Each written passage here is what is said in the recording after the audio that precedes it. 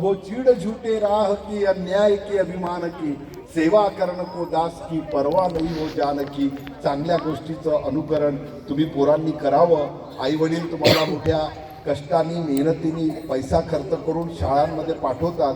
तुम्ही शाळेमध्ये जाताना नुसतं टी व्हीवरचं पाहू नका, कारण तुमची मम्मी सुद्धा टी व्हीवर पाहते ना. माझ्या नवऱ्याची काय असते ते सिरियल पाहते ना मम्मी.